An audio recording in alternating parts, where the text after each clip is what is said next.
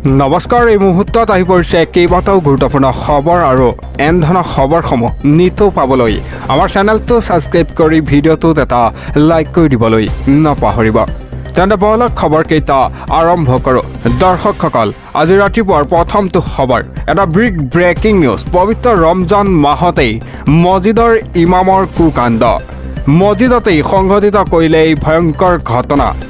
এটা মছজিদ প্ৰাসংগৰ পৰা ইমাম ইয়াহিয়াৰ আহমেদক এতিয়া কৰায়ত্ব কৰে আৰক্ষীয়ে। পবিত্ৰ ৰমজান মাহতেই মছজিদৰ ইমামৰ কুকাণ্ড। মছজিদতেই সংঘটিত কৰিলে জঘন্য ঘটনা। হোজাই দেৱস্থানৰ এটা মছজিদত সংঘটিত হৈছে এক জঘন্য ঘটনা। এগৰাকী 15 বছৰীয়া নাবালিকাৰ কিশোৰীৰ সৈতে কুকাণ্ডৰ অভিযোগ ইমামৰ বিৰুদ্ধে। ভুক্তভোগীৰ অভিযোগৰ ভিত্তিত নিশাই গ্ৰেপ্তাৰ কৰে আৰক্ষীয়ে। এটা স্থানীয় ৰাইজৰ মছজিদ প্ৰাসংগণৰ পৰাই ইমামজনক কৰায়ত্ব কৰি গতাই দিয়ে এতিয়া দেৱস্থান আৰক্ষীক। মুৰাজ্জাৰ থানালৈ লৈ নি আৰম্ভ কৰা হৈছে এতিয়া সোধা পোছা। দীৰ্ঘদিন ধৰি মছজিদত পঢ়োৱাৰ নামত ইমামজনে কৰি গৈছিল কুকাণ্ড। এটা দীৰ্ঘদিন ধৰি নাবালিকাৰ কিশোৰীগৰাকীৰ যৌন নিৰ্যাতন চলাই যোৱাৰ অভিযোগ আহি পৰিছে।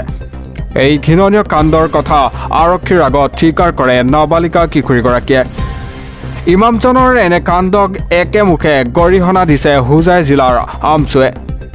আৰু দিব লৈছোঁ পৰৱৰ্তী খবৰ। পুনৰ শিক্ষক সমাজক লজ্জানত কৰা এটা ঘটনা আহি পৰিছে।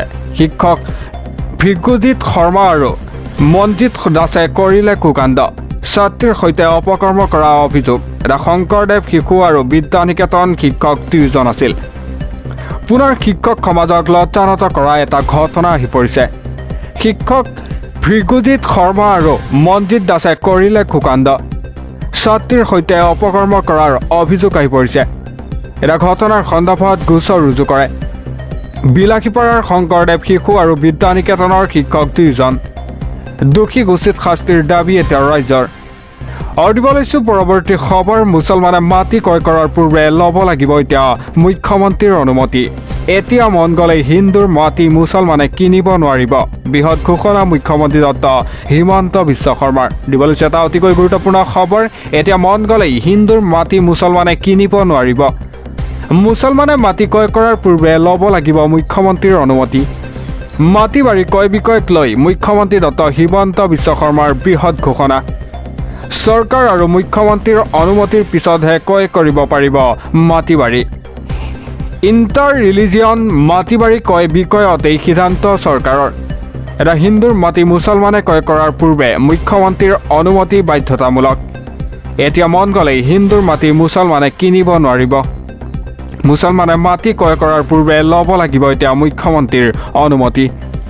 আৰু দিব লৈছোঁ পৰৱৰ্তী খবৰ। একগোট হৈছে এতিয়া দেশৰ কেইবাটাও মুছলমান সংগঠন আৰু ৰাজনৈতিক দল। চৰকাৰ থকা মুছলমান মন্ত্ৰী বিধায়কসকলো থিয় হৈছে এতিয়া ৱাকফ বিধেয়কৰ বিৰুদ্ধে। এটা প্ৰতিবাদৰ পাছত পুনৰ হৈছে সমালোচনা। সিদ্ধান্ত সলনি কৰিবলৈ হেঁচা প্ৰয়োগ মুছলমান মন্ত্ৰীসকলৰ। একগোট হৈছে এতিয়া দেশৰ কেইবাটাও মুছলমান সংগঠন আৰু ৰাজনৈতিক দল। চৰকাৰত থকা মুছলমান মন্ত্ৰী বিধায়কসকলো থিয় হৈছে এতিয়া ৱাকফ বিধেয়কৰ বিৰুদ্ধে। প্ৰতিবাদৰ পাছত পুনৰ হৈছে আলোচনা। শেষ উশাহলৈকে যুঁজ দিয়াৰ হুংকাৰ এতিয়া দেশৰ মুছলমান সংগঠনসমূহ। ৰোজা ৰাখিও লাখ লাখ মুছলমানে সাব্যস্ত কৰিলে মহাধৰ্ণা। এটা যন্তৰ মন্তৰত উত্তাল প্ৰতিবাদ কৰিলে কেইবাটাও মুছলমান সংগঠন আৰু ৰাজনৈতিক দলে। চৰকাৰত থকা মুছলমান মন্ত্ৰী বিধায়কো থিয় হৈছে ৱাকফ বিধেয়কৰ বিৰুদ্ধে। ইফালে সমাজবাদী পাৰ্টি TMC, শিৱসেনা, উদ্ধৱ ঠাকৰে গোট, RJD, লগতে ঝাৰখণ্ডৰ মুক্তি চৰ্চা DMK, অকালি দল, লগতে AIMIM, NCP, এতিয়া UIML, লগতে জমিয়ত উলেমা হিন্দ, জামাত ইছলাম হাদিত, লগতে চিয়া ৱাকফ বোৰ্ড।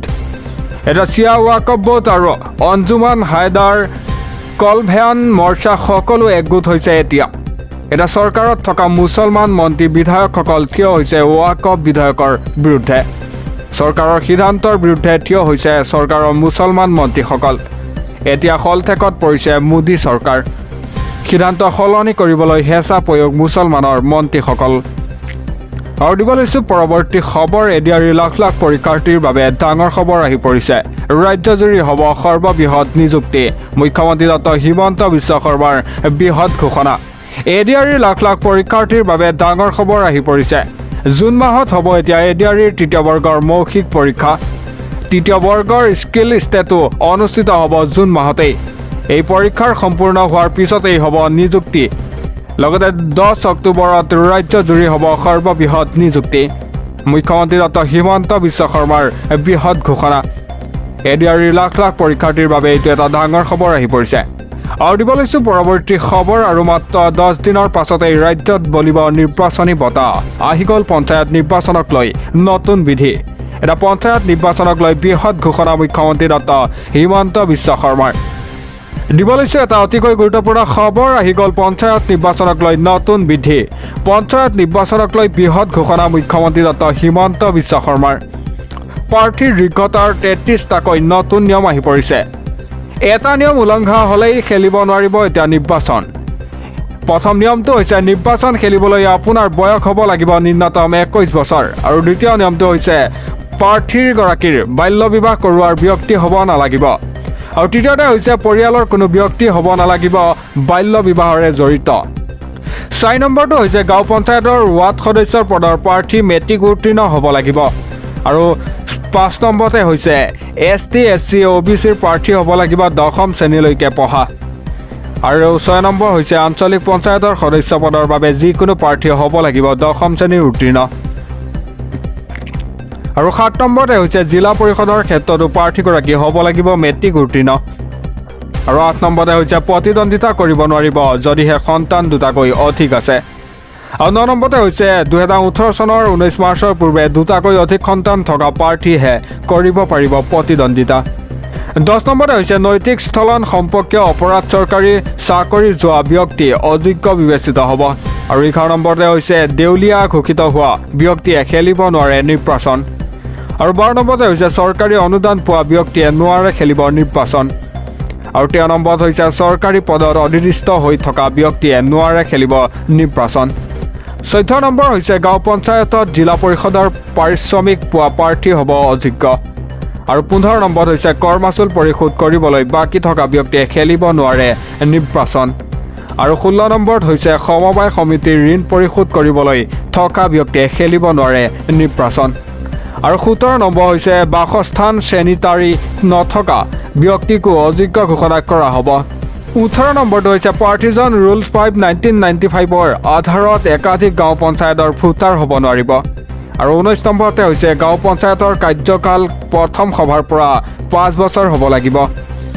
আৰু 20 নম্বৰতে হৈছে আঞ্চলিক পঞ্চায়তৰ কাৰ্যকাল প্ৰথম সভাৰ পৰা 5 বছৰ হ'ব লাগিব। আৰু 21 নম্বৰতে হৈছে জিলা পৰিষদৰ কাৰ্যকাল প্ৰথম সভাৰ পৰা 5 বছৰ হ'ব লাগিব।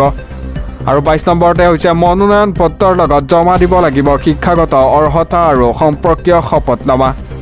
আৰু 23 নম্বৰটো হৈছে দেখুৱাব লাগিব শিক্ষাগত অৰ্হতা। আৰু 24 নম্বৰত হৈছে জমা দিব লাগিব বাকী যায় প্ৰমাণপত্ৰ।